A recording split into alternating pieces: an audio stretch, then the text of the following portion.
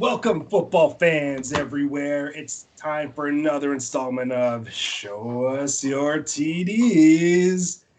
It's your boy Melky, always doing things the Melky way. And like the song said in the intro, I can't be stopped. This podcast can't be stopped. And because we won't stop. And speaking of a man who can't be stopped clogging toilets, sorry, Goobie, he's Okay. top of the fantasy world. My hombre from another madre. It's Goobie. What's good, fam? Oh, I'm doing well. I'm doing well, man. Like you said, still sitting at that number one spot. You know, doing well, doing well. How are you doing? I'm great, man. I won again. Well, we'll get into that. I'm on a roll too. I'm not near you yet, but I'm, striking You're distance. you're there. You're there. You're there. You know what? Well, you know what? Let's get into it, man. Fantasy recap time. Let's do it. Uh, buddy, all I can say is 131. And I know people don't normally, or I don't normally do decimals because it's pointless. But fuck it, 131.75 to 74.2. Now there is a little hitch in this, which we will get into later on in the episode. But he still has Gus Edwards to play Wednesday night. Yeah, I gotta give credit to one person and one person only. Derrick Henry. Thank you for being you. The king. Dude, put up 27 rushing attempts, 178 yards, 3 rushing touchdowns, 4 targets, 2 receptions for 7 yards. But that dude was a beast. And I've said this from the start, man. Indianapolis, you played really shitty teams for the first half of the year. You're playing some hard teams now, and it's not looking good. But, man, Derrick Henry, 36.5 points. I can't complain with that, man. I should have started Kirk Cousins, but I didn't. Josh Allen gave me 20 points. Robert Woods put up an 8-point game. A.J. Brown, Tennessee Titans. They were on fire, man. 21 points. Now that's a showing. 6 targets, 4 receptions, 98 yards, one receiving touchdown, and 1 return touchdown. So it was all hands on deck for Tennessee. It was amazing. And then, you know, icing on the cake. I wasn't sure about this Pittsburgh game going down, so I picked up Green Bay Packers. Put up 15 points against Philly. Can't complain with that.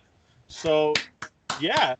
I think it was a great pickup. I also picked up the spare running back for Atlanta, Brian Hill, who didn't really do much, but you know what? It was better than nothing because my opponent had the Todd Gurley. So, I figured I'd pick him up. Yeah, so right now I'm winning unless Gus Edwards puts up a whopping 60-something points. I think I got this in the bag. Not What about happening. you? What about you, Melky? How did your fantasy week go? Oh, mine went very well. It was a revenge game for me. I think I'm on this Melky's revenge tour. So I took care of Jen single-handedly and easily. My final score was 101.30, and she's not there. She's at 54.4. I basically was nice enough to give her 20 points with her 2 remaining players. I'm going to say she finishes close to 75. Still not enough to beat me. I just want to, Melky shout outs. I want to give a huge shout out to Justin Herbert. I mean, he didn't ball out like he normally does, but he got me 22.6 points, and he was that close. I don't know if you watched the game at the end. He threw it downfield, and it was a 55-yard pass that was almost a touchdown. But because, rookies always make mistakes, he tried to do everything himself at the end, and he was stopped on the goal line. But I didn't need it, but I like having the points, right? But he still finished with 316 passing yards, 1 touchdown, threw a pick, but had a 2-point conversion. So it was good enough for me. Duke Johnson, way to show up, buddy, on that Thursday afternoon game with a nice 14 points. He did it all. 37 rushing yards, 43 receiving yards, and a touchdown. I don't know if you were able to watch the game, that one at noon, but there was a nice toss by Watson, and Duke just went right down the line and caught it easily and went in for the score. So big ups to him. It's a shame because I'm going to probably drop his ass soon as David Johnson's on his way back. But you did justice for me, buddy. So big ups to you. Mike Evans, you know what? I feel like you're a must start now because Brady's looking at you all the time in the end zone. You had a nice 31-yard touchdown, and then you had a nice 7-yard receiving touchdown.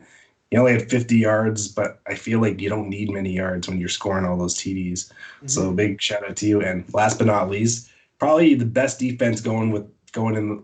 Well, rival your defense because your defense is pretty stout. But the New Orleans Saints defense, this is week 3 where they posted double-digit numbers at 14. They only allowed 3 points against the Denver. They had a sack. They had 2 INTs and a fumble recovery. So they're just balling right now. I couldn't ask for a better defense to have. So yeah, I'm rolling just like you. Yeah, it sounds like it was a good week for both of us. I'm actually looking at the numbers right now. New Orleans Saints is at the top of the fantasy defensive chart for points. Then it's Miami. Wait, no, okay, that doesn't make sense. Hold on a second. Mm-hmm. I was just looking at something else. Season total: Pittsburgh, Miami, Indianapolis, Baltimore, New Orleans. So you're there. You're top 5. Top 5. No, but we both had great games. Shout outs to big plays by some big players. So big time. It's gonna be down to the wire like we talked. One thing I do want to mention in this fantasy recap is this week we're gonna go over pretty much all the matchups this week as it's the final week of the season before playoffs. Yeah. So we're gonna go over some matchups and some implications. But Mo, tell us about your week 13 matchup. I think I have the toughest matchup this week because it's with someone who was at the top of the food chain until Dak went down. Yeah, for a while. She was 6-0 at one point. It's Lisa. She crushed me week 5, I believe. I can't remember, but it was a shellacking. I basically ran with my tail tucked between my legs. But I have her this week. It's a different team. I think I have a different team. Right now, the projections are, depending on the waiver pickups, they'll alter, but right now it's 103 for me and 109 for her. It's going to be tough. It's going to be a battle. I want this win badly, not just, to get the number 1 spot or to get a bye, because I obviously want you and Alan to lose. But this is like a message game for me because Lisa's like done a phenomenal job and like her team is stout.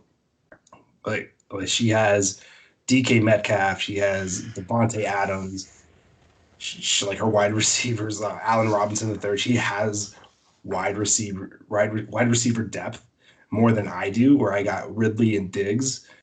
So that I think she has the upper hand there. Running backs, I feel like I'm slightly above her with Eckler, Connor, Clyde.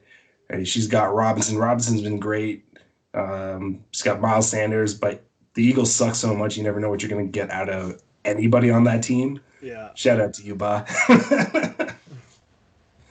And then she's got Gibson, but I think Gibson had his best game of the season last week.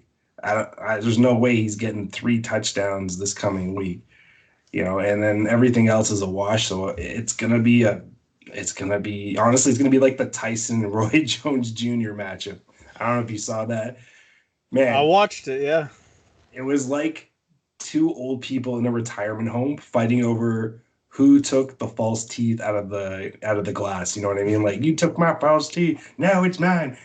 But I must say Mike Tyson still packs a wallop of a punch.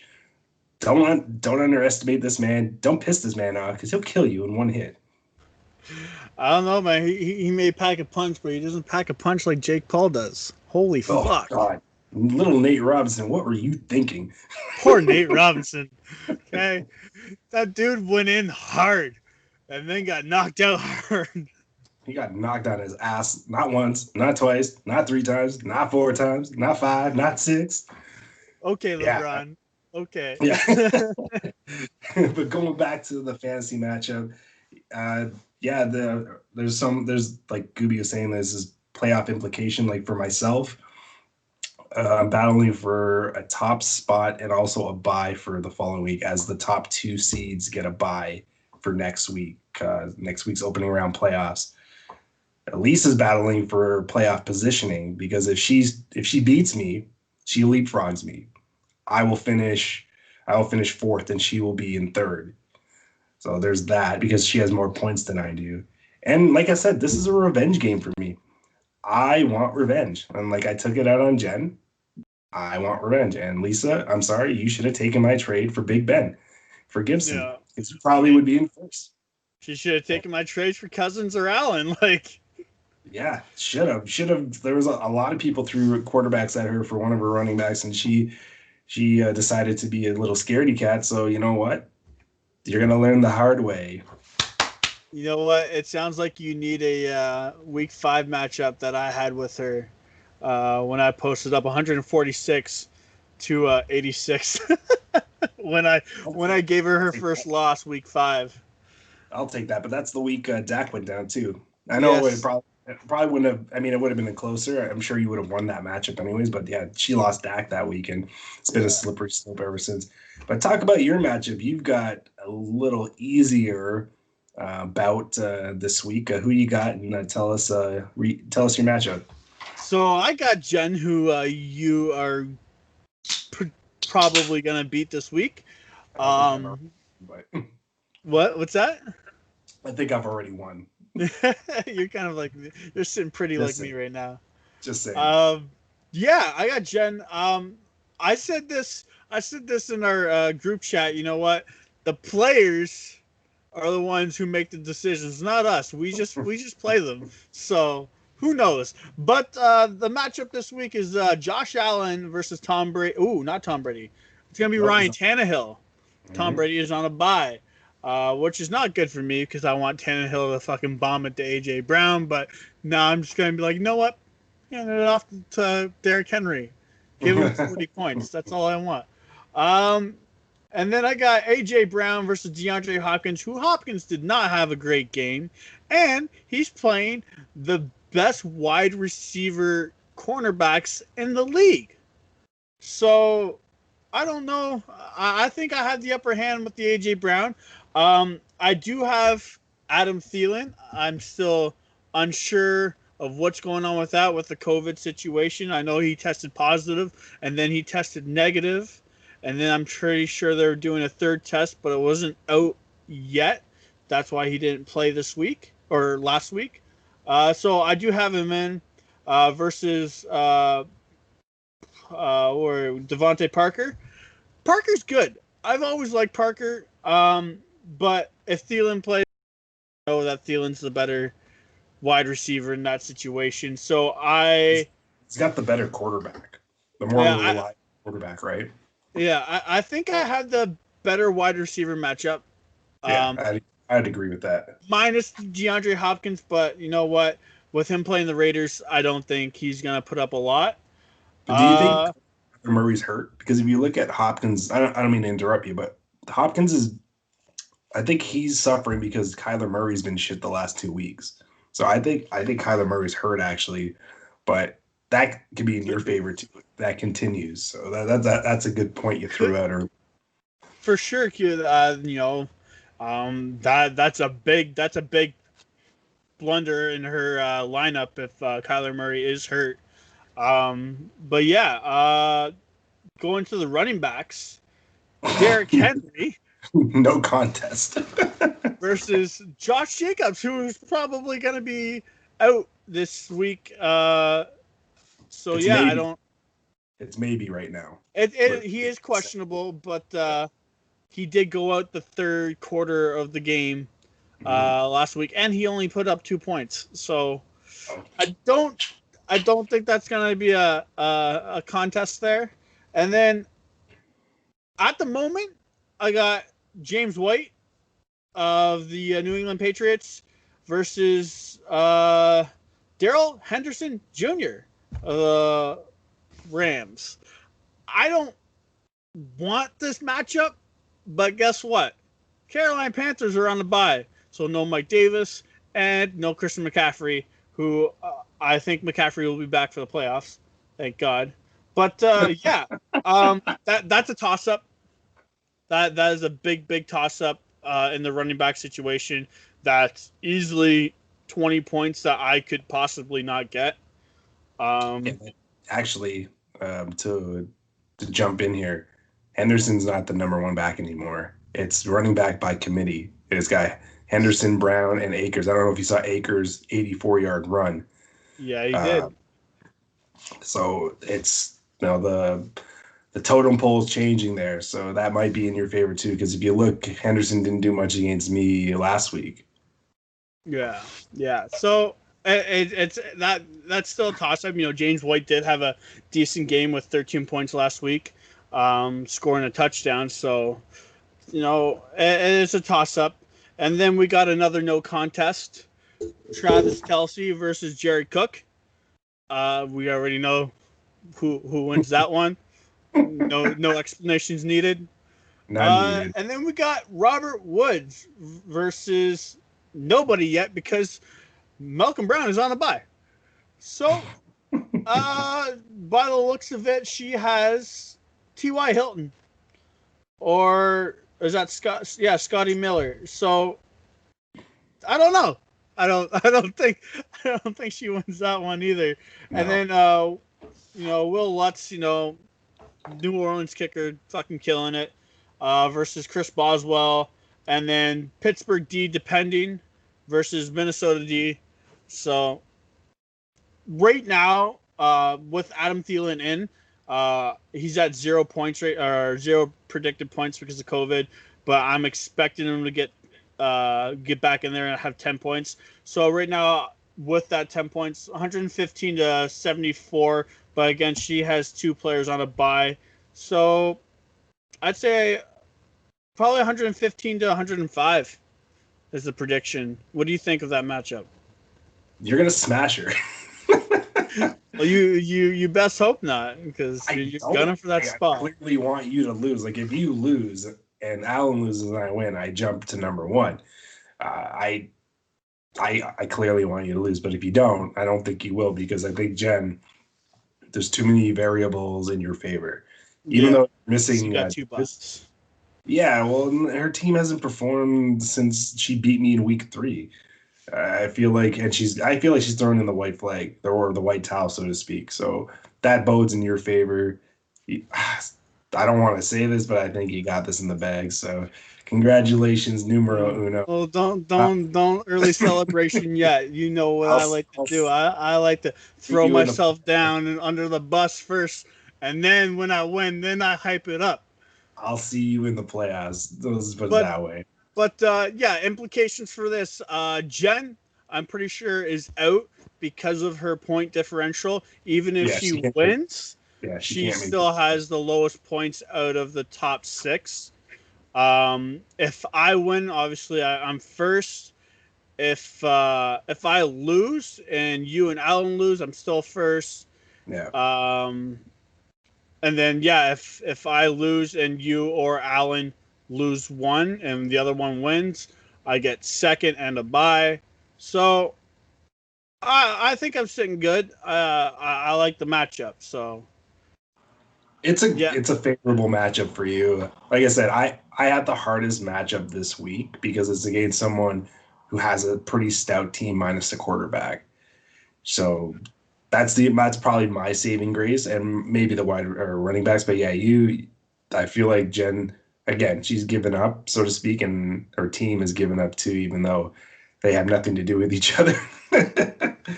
But yeah, I think you got in the bag. But I will be rooting against you all this week. So why don't you give us a matchup who is also in the running for first? Alan versus our buddy Kevin Foster. Yeah, so this is an interesting matchup because Kevin Foster has lost significant players this season. He's lost Saquon Barkley, he's lost Marlon Mack, he's lost Odell Beckham Jr., but yet he finds himself in a playoff spot at the moment. I know the standings haven't changed yet because there is a Wednesday game to be played still, but he won this week. He beat Devin. Everybody beats Devin minus her husband. So, so he's leapfrogged a couple of people, and he's sitting in the playoff spot, in the fifth spot actually, when it's all said and done. And he's facing Allen, who Allen has been on a roll. He drafted very well this season. He put up some points. He's currently second right now, and like Goobie was saying, if it's a three-way tie, so if he were to win and both Goobie and I were to lose, Goobie would drop to number 2, Allen would shoot to 1, I'd stay in third. Actually, I'd go to fourth. Yeah, because the point totals. Because my point totals aren't the greatest. But if he were to lose, and Goobie were to lose, and I were to win, then I'd go number 1. And then obviously, if Goobie wins and both of us lose, Goobie's number 1. And yeah, and if all three of us win, I'm first. Yeah, he's then second, nothing changes. third. Yeah, then nothing changes. But his matchup is quite interesting because Kevin's got the best player in the NFL, period. I don't care who you are or what you say, Patrick Mahomes, versus Aaron Rodgers, who is a legend in the NFL. He's having a great season, easily an MVP candidate. So I feel like that's such a good matchup. It's hard to really pick. Mahomes has got actually, they both have good matchups this week. Mahomes. I have a question. Sorry to interrupt. Yeah, no, go for it. Do you think Kevin sits Patrick Mahomes? I'm sorry, I have to say it. Well, I mean, they're not the Jets. I mean, Denver's close, though, to being as shitty as the Jets. Like, he might, man. You never know. Probably persuade him to. Yeah, he's got Patty Mahomes against Denver, where Aaron Rodgers is playing Philly, so they got great matchups. He's got Justin Jefferson, a nice rookie wide receiver this year for the Vikings. Is Tyler Lockett. That's a wash. I mean, Jefferson's getting more love these days. Lockett in Minnesota for Jefferson. Exactly. Whereas Lockett, I mean, he's got Metcalf, but I feel Metcalf is Russ's go-to. Like, if he needs a play to happen, he goes to DK. But Allen has probably the best wide receiver in the league in Tyreek Hill, whereas Kevin hasn't put a spot there yet. Who knows what honestly, we don't know what he does because he thinks like differently out of everyone in this league. So who knows? He's probably got some waiver pickups, probably going for Deebo Samuels, as everyone is probably. Running backs, it's no contest. Allen has him there with Nick Chubb and Chris Carson versus Zeke Elliott and Nyheim Hines. Tight end matchup again in Allen's favor. Darren Waller from Las Vegas against Logan Thompson from the No Namers. Allen also has Raheem Mostart as his flex, and Kevin doesn't have anyone there yet. Kevin has the kicker matchup with Harrison Buckner, but Allen does have Bubbles. Bubbles. And then Allen made a defensive pickup using Seattle as they play the Giants this week. Good pickup. It was a good pickup because I actually was looking at that too. But you know what?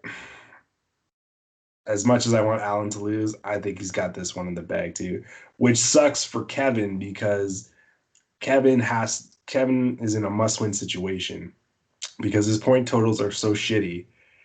He has to win in order to stay ahead of Tim and Mike because the both of them, Tim and Mike, lost last week, so they dropped, and that gave Kevin that catapulted Kevin up. But if Kevin loses, he's out. So because his point totals are so bad, he's out. Win for him. I'm rooting for him. I'm gonna be his number one fan this week. I'll even fucking wear a tutu and some pom poms, and like Terrell Owens. Terrell Owens. Yeah. Get that popcorn ready. Let's go, Kevin. Get it done. Goobie, tell him the next matchup. First of all, I'm cheering for Kevin too.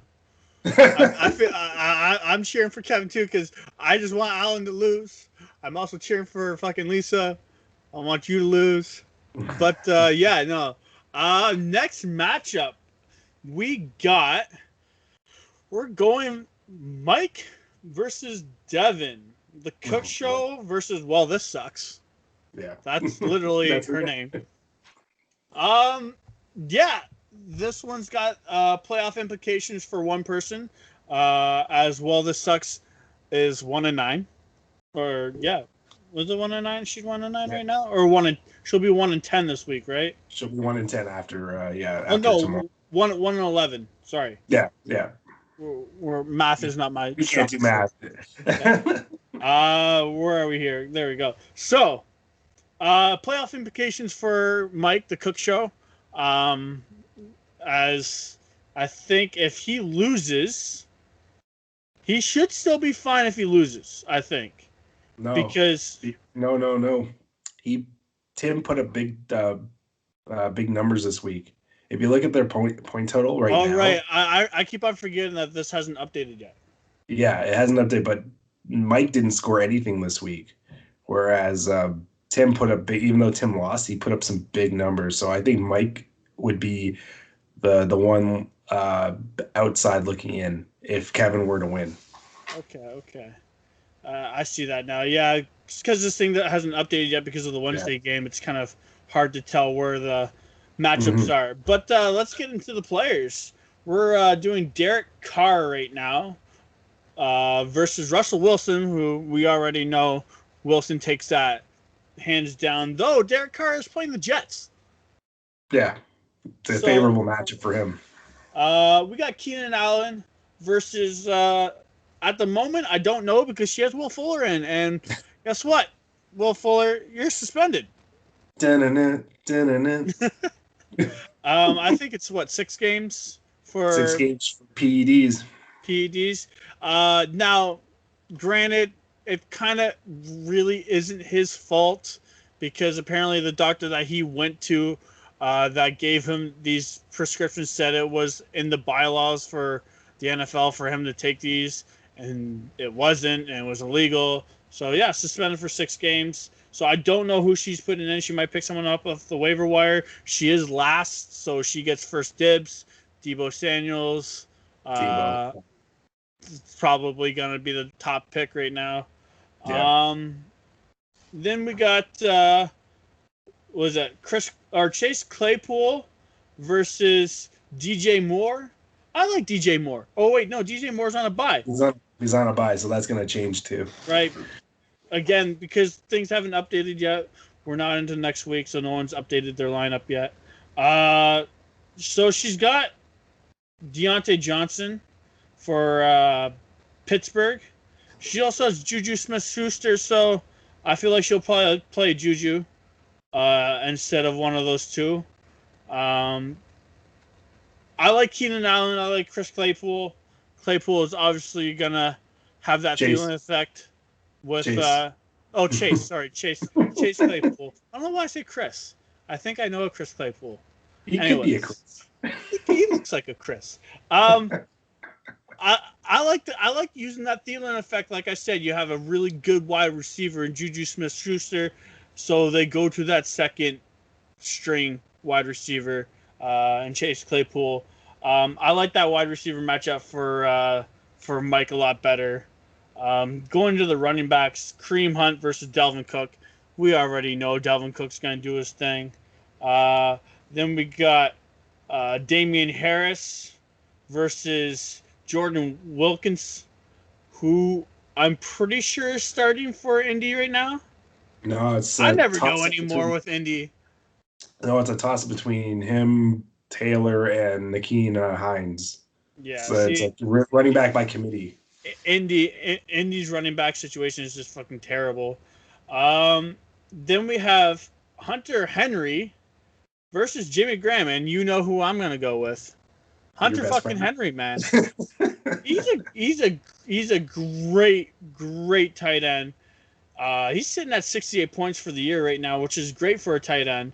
Yeah, Um, he's Herbert's security blanket.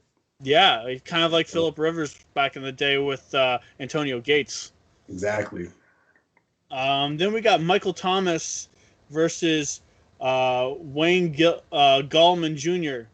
We already know Michael Thomas is the fucking go-to guy right there. You can't go wrong with that. Then we got Sly versus McManus for kickers. And, well, actually, no, fuck. Again, Sly's on a bye, so she's got to go pick the kicker. Then we got New England defense versus Indianapolis defense. Indy is playing Houston, so I give them the edge on that one. New England's playing the Chargers. It's a little bit of a tougher game. But, yeah, Indianapolis, again, you know, they're hit and miss with their games right now, but Houston's a great matchup. So I think Mike's got this one in the bag. I mean, it's Devin. She's 1-10. She's going 1-11 this week. I don't see her picking up another win this season. It's no contest. Yeah, Mike again. He's gonna smash her. I feel sorry for Devin because she actually, if you look at her draft, wasn't pretty too good bad. draft. It wasn't too bad. She picked up good potential. I think she just banked too much on Lamar Jackson. And that's what screwed her over. But why don't you go into our last matchup and implication? Oh, so last but not least, we have tight end Timmy versus Adam. And this has only one playoff implications for one of the participants, which is tight end Timmy. So he lost this week in a slobber knocker with Allen, and unfortunately because of that he is shuffled down in the bottom with Mike, but he actually has the last playoff spot right now. He'll be in sixth, so it's a must win for him. He's facing Adam, who Adam has. You know, it doesn't get any worse. Like, Devin is the worst, and then it's Adam. So, unfortunately, that's the way the cookie crumbles in this league sometimes.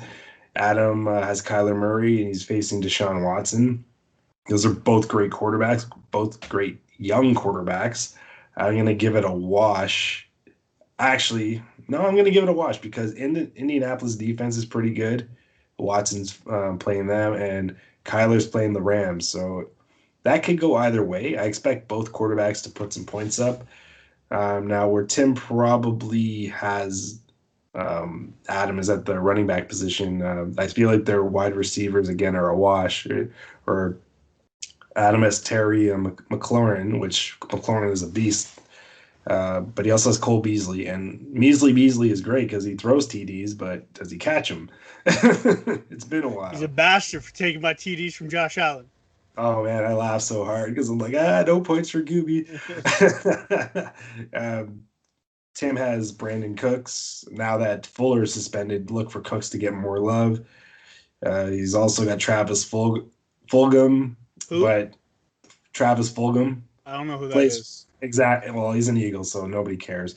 That whole offense is a mess. So I feel, again, that's a wash there. Running backs, tight end Timmy's got Alvin Kamara and Aaron Jones, which those two are no joke. Beast mode. Two keepers. I think that's the best two keepers in the league other than my two keepers. 100%. Whereas Adam has Kenyon Drake and Leonard Fournette. Well, no, Leonard Fournette is on a bye, so Adam will probably have to go find someone to throw in that spot. And his team's a mess. He's got Gronk at the tight end position against Dallas Goedert. Gronk is out too. Bye. Oh, it was bye. Yeah, so Adam's team is a giant machine. And Gus Edwards is on the bye too. Yeah. So yeah, in short term to end this thing, Tim's gonna smash him. I actually don't care who wins this. Actually, that's not true. I think it'd be hilarious for Tim to lose and everyone else to win because Tim won it last year. He pumped his chest out. He quoted at the draft, "I'm going to finish first. I'm going to win it again. I'm going to repeat." I don't think that's going to happen. What do you think? Not only that, I really want him to lose just so him and Adam are both out because those guys are pot splitters. You don't split the pot, okay? Freaking last playoff game of the fantasy season, they're sitting there going, "Yo, you want to split the pot? We could just split it." Who splits the pot? Pathetic. You do all that work to split a pot at the end, man. Like, I don't know. Were you there when they? Yeah, I was there. Okay. I was infuriated. I'm like, guys, really? Yeah, well, I was pissed. Everyone was pissed. I looked into his blue eyes and I couldn't say no. Nah, you're just a coward. Sorry, Timmy. I love you, man. I love you to death, but you're a coward. I do think that he'll put Jamison Crowder in that flex spot. Tight ends, I don't know who he'll pick up.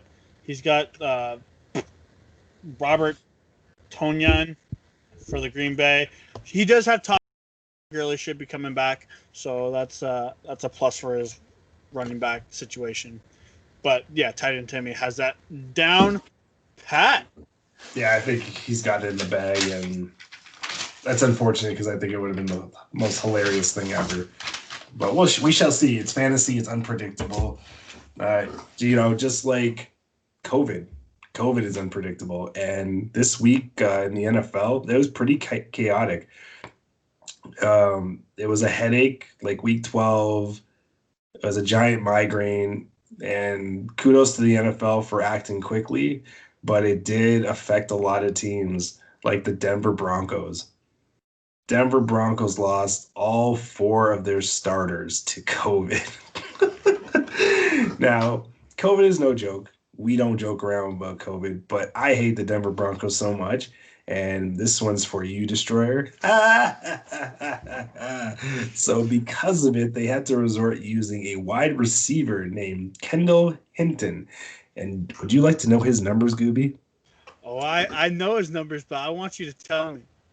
Well, he posted 13 yards, 2 interceptions, and 7 rushing yards. He gave more possession than he had. It was a thing of beauty. Yeah, it was, man. 1 for 9, man. He completed less completions to his own team. It was fucking sad. I felt bad for him because he was basically thrown to the wolves. But at the same time, you don't think there was another quarterback lying around? Like, I feel like they should have just hired that ball machine, and that would have been a better quarterback than. So the problem was COVID related.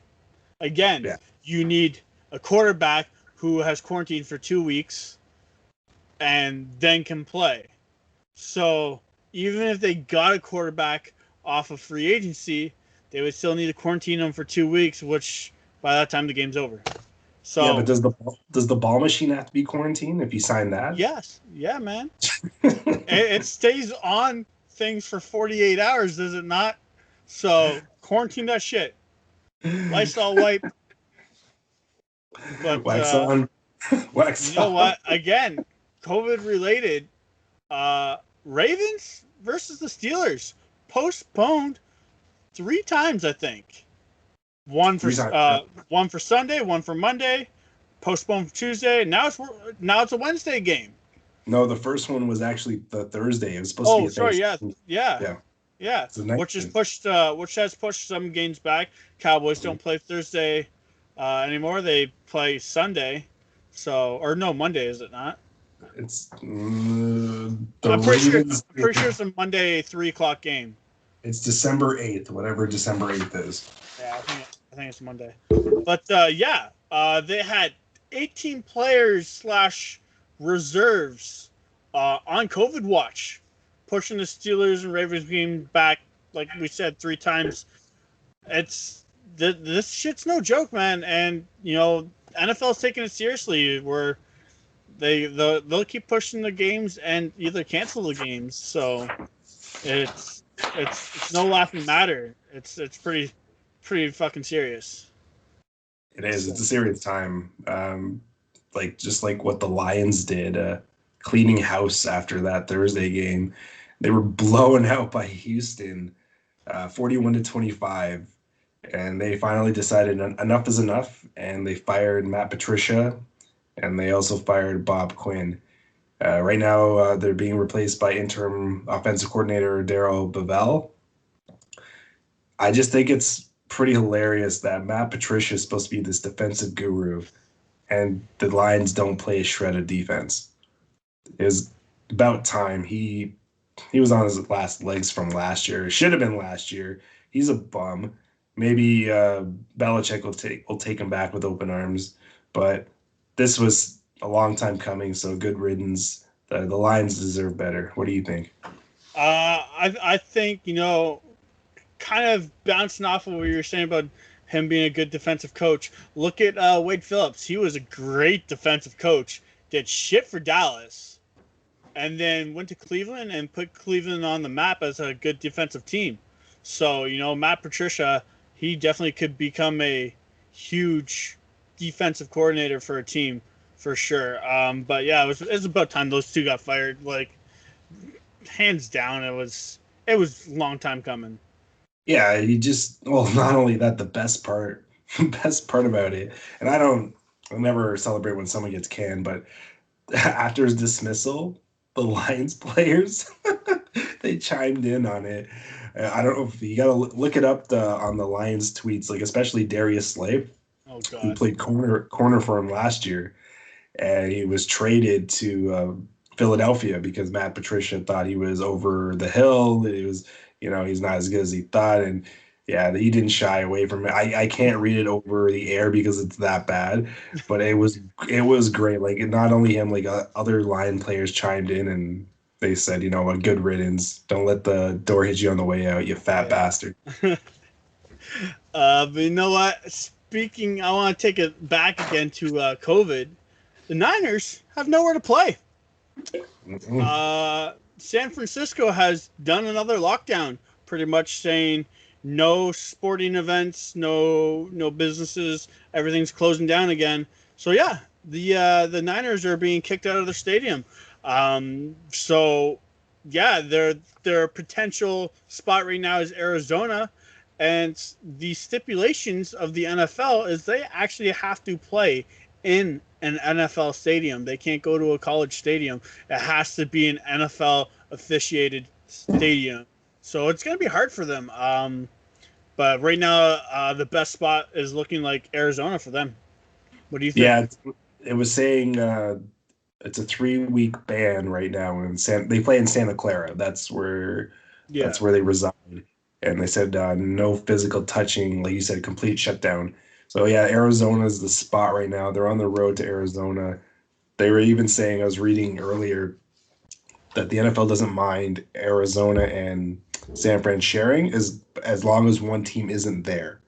So one team has to be on the road somewhere, and then the other team can play their home game or their game there or whatever, so to speak. So It's an unfortunate situation, man. Like it's altering the scheduling, altering travel. Like I don't know how these guys get any sleep. Just all this stuff dangling over them. But yeah, it sucks. What a situation. Yeah, no, it is just shit situation for the NFL. But yeah, you know what? Let's talk about something that's good, or maybe not good, depending on how you want to put it. Let's go into boom or bust. Everybody's favorite. Do you want to kick it off, or you want me to kick it off over there? Why don't you take the lead? All right. I'm gonna pick two players, as per usual, but I got stipulations on my players. One, they're not owned in a lot of leagues. Two, they're probably not going to be good. It all depends on how things go. First off, man, Deebo Samuels. You know what? with a few games injured, Deebo Samuels hasn't looked all that impressive this year. Most likely because he's been without a starting quarterback, Jimmy G. You can't really blame the guy. That being said, Jimmy G is supposed to come back this week for week 13 versus Buffalo. I see Deebo Samuels being a boom. Only as a flex, though. Only if you need him. Okay, that's the key. I don't see him being the big Deebo Samuels he was last year. I see him being a flex player, nothing more. That's only if Jimmy G comes back this week. What do you think? So I'm going to agree with your boom.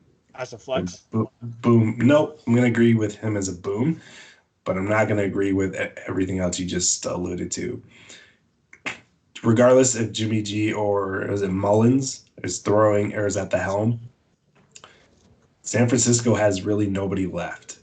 Kittle's on IR. Ayuk is just coming back off the COVID list. Deebo, this is where Deebo is here to shine. He's been hurt all year, and last week he posted 133 receiving yards. Not only can he do that, he can run the ball too. They need to do some trick plays and have him run behind scrimmage. He's a talented man. He's just been very hurt. So for those reasons, you could put him as a wide receiver too if you need to, depending on the matchup. I think if he can stay healthy, he's a definite boom, and you should pick him up. He's hot off the wire. I know our league's going to go nuts for him this week. There's no secret. Some of us don't need him like Goobie, but I got my wide receiver. For myself, but I think for the bottom barrel of our league, they're gonna be scratching for him. So he's a boom in my eyes.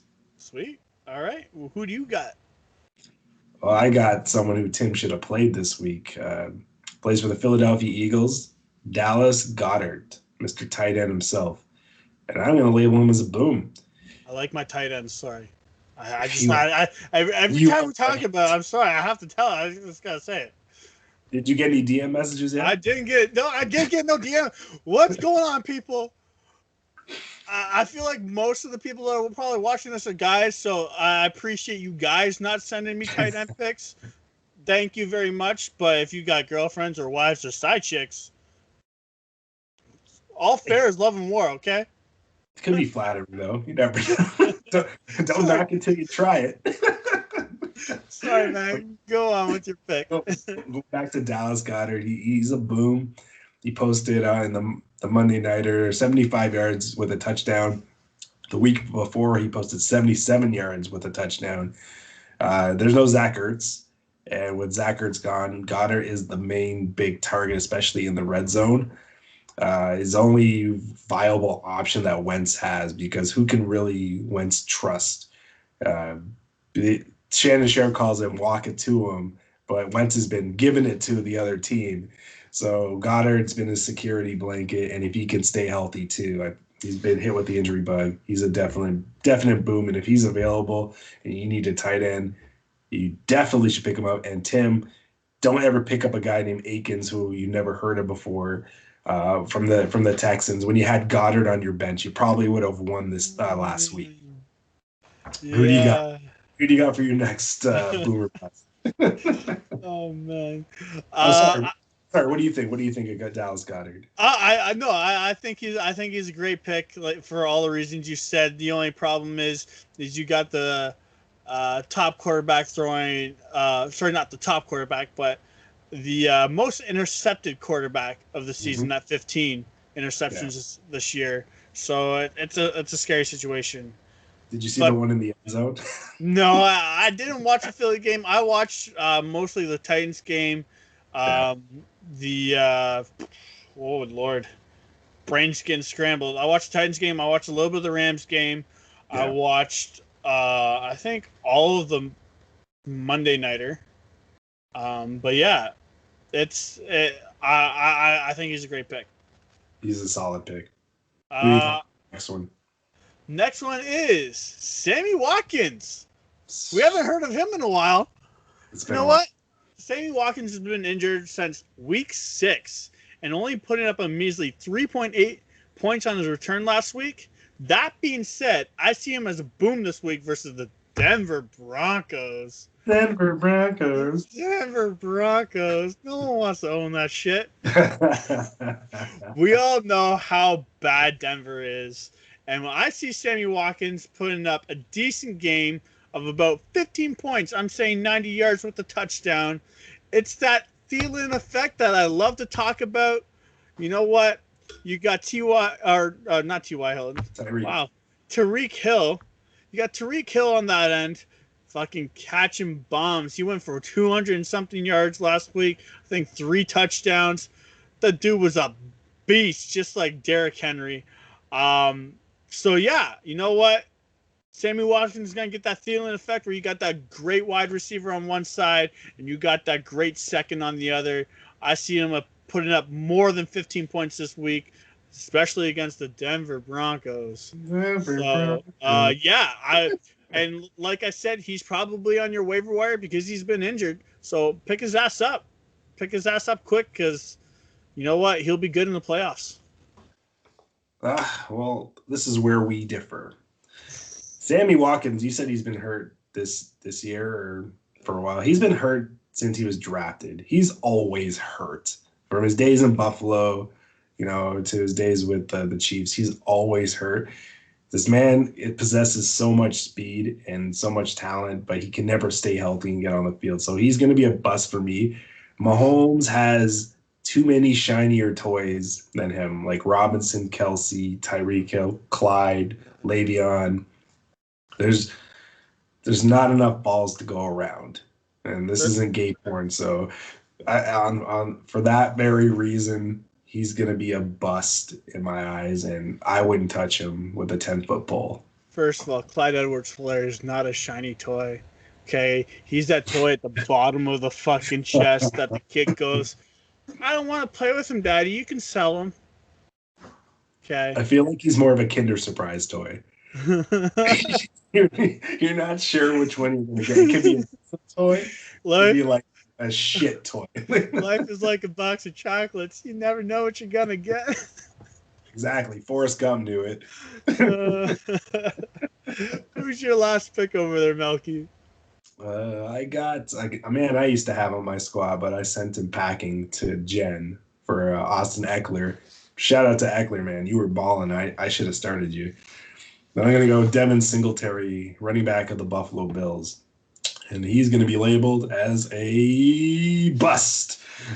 And it's not that he's not talented, because every time he does well, he shoots himself in the foot right after. So he posted 82 rushing yards, and he had 20 receiving yards. Like, this is the thing. He's multi-talented. You can use him in different situations, but he always fumbles. He fumbled. He had a great run. I was concentrated more on that game, the Buffalo and LA Chargers game, because I had so many players in that game.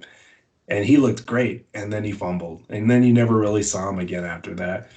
So for that reason, and also Josh Allen, let's face it, like Josh Allen is the main running back on this team. Like, yeah, you got Moss and you got Singletary, but Josh Allen calls the show. He runs the show. He runs like his trick play. He does trick plays. Like Josh Allen, man, he is Mr. Buffalo.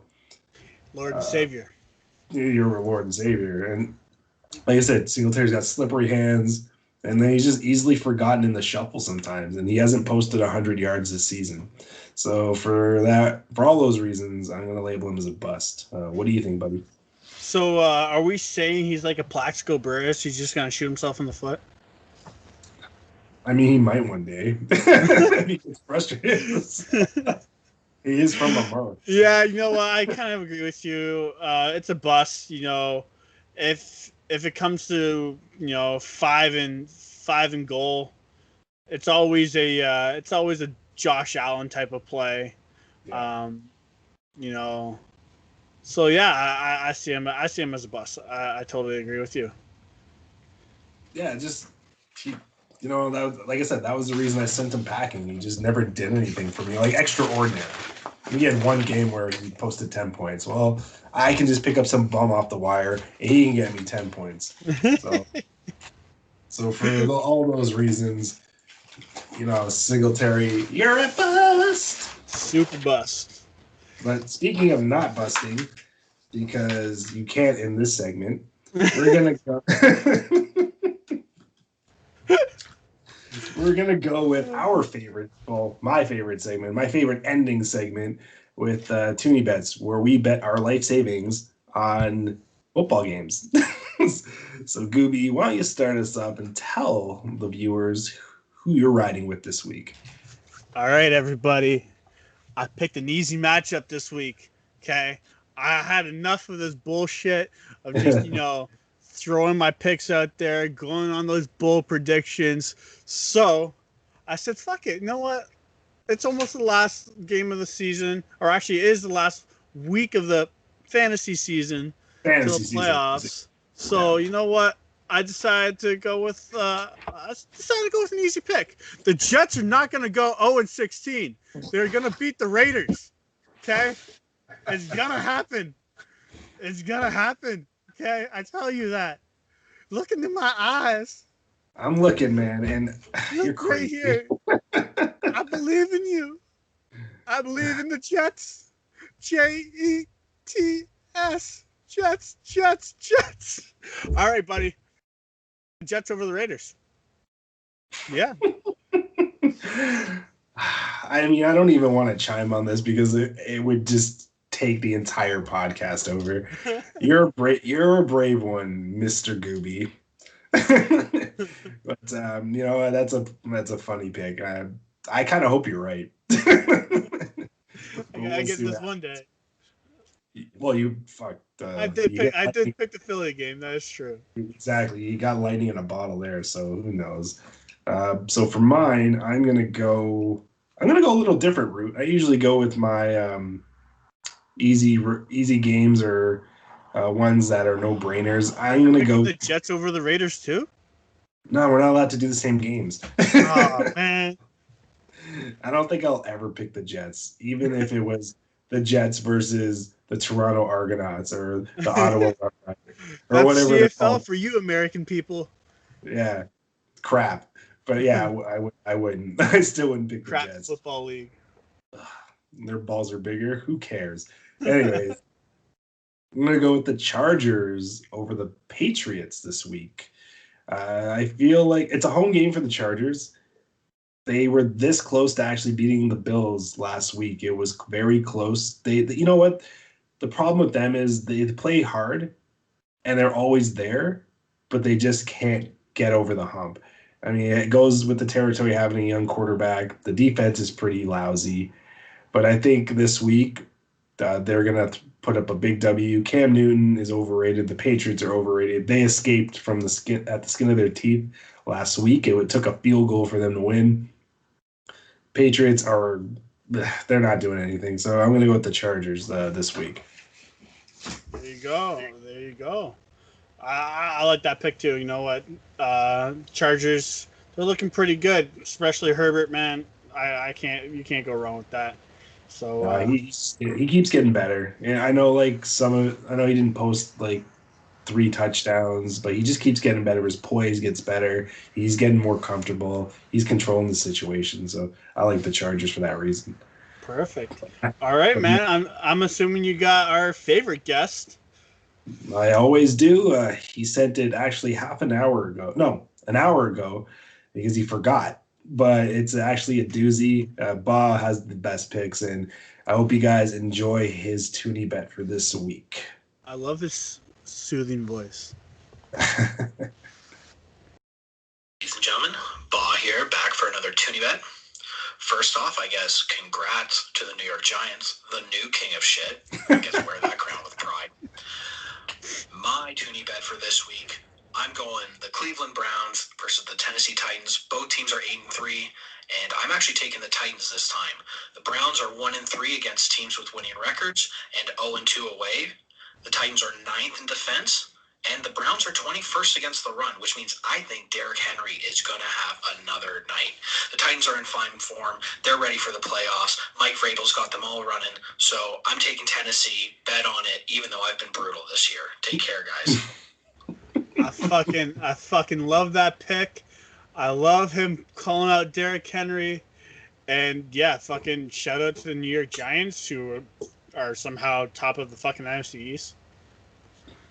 Yeah, well, he labeled it right, the king of shit. But Daniel Jones just went down, and he could be out for an extended period with a hamstring injury. So that could probably be a good thing for the Giants. No, not having Jones. Why? Because he can't trip over his own feet. Exactly. Oh, man. I don't know. Our whole division fucking sucks. No, that is a great pick. I agree. Tennessee should run numbers on Cleveland. Absolutely. No, I agree with it. It was a solid pick. He always makes great picks. That he does. Also love that soothing voice. Like I said, man, something about that voice. Check him out on the Wild Head Mustard podcast for sure. But does it make you wet? No, it does not. Oh, thank God. Oh, man. But, you know what? There is one thing I want to do a shout-out to in non-NFL related news, but a huge step for women in sports, in the sports world in general. I want to give a big shout-out to Sarah Fuller of the Vanderbilt Commodores football team. The spelling was a little off when I wrote it. Vanderbilt Commodores football team for being the first woman to play in a Power 5 SEC game in the NCAA. Amazing feat, you know what?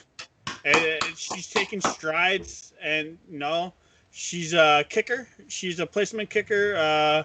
Though they did not win, they lost to Missouri 41-0. So she didn't get a lot of action. She did take the opening kickoff in the second half with a perfectly executed squib kick, which actually it was actually a very close call. If it got a couple more bounces, they probably could have taken the ball back. But you know what?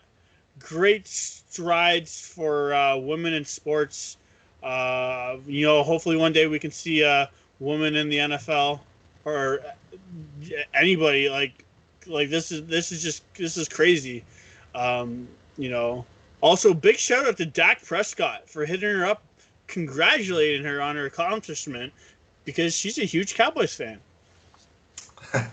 Well, Dak's a class act, and yeah, that's huge news. That's a huge step in the right direction. There are great women football players out there, and I'm glad they're getting an opportunity to shine. So big ups. Yeah. I watched the highlights. I was hoping to see more, but unfortunately, Vanderbilt could not put up any points for her to kick a field goal. But they did say that they are going to stick with her throughout the season. So hopefully we'll get to see more of her in the weeks to come. That's perfect. And I just want to thank you, man, for being my partner in crime. As this is always fun, buddy. I want to thank Anthony. I want to thank Ba. I want to thank John and the rest of the Not After 30 podcast crew for making this possible. Because without them, this wouldn't happen. Especially want to throw a shout out, since we're throwing shout outs, to Jerry Jones.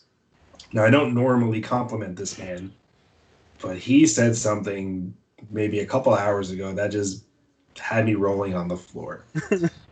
Now, we talked about earlier the Denver Broncos situation with their quarterbacks, catching or testing positive for COVID, and they had to resort to a wide receiver.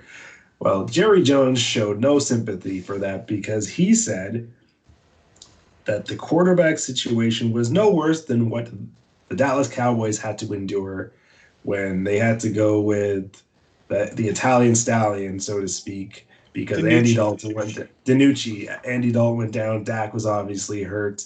So he showed no remorse. And finally he said something correct, because he's done so many things wrong over the course of decades. But shout out to him for speaking his mind. Honestly, it couldn't have happened. It couldn't have been said better, and it was great. It had to do with the Denver Broncos. Again, Destroyer, I hate your team, so suck on that. I think John Elway hates his team too. So John I Elway, mean, ever since they won the Super Bowl, I can show you that. I can show you the text messages that we had on our little group chat. You know what? I was talking to you guys. I had to stop for a second because John Elway called me. He said, "You know what? I could use you as my quarterback," and I said, "Hell to the fucking no! I ain't playing for the Denver Broncos." And I hung just up the playing phone. that song. Hell no, to the no, no. And on that note, the difference between O and ah is about 3 inches. It's December 1st, first day of snow. Get your damn Christmas shopping done. On that note, Goobie and I are signing out. Peace.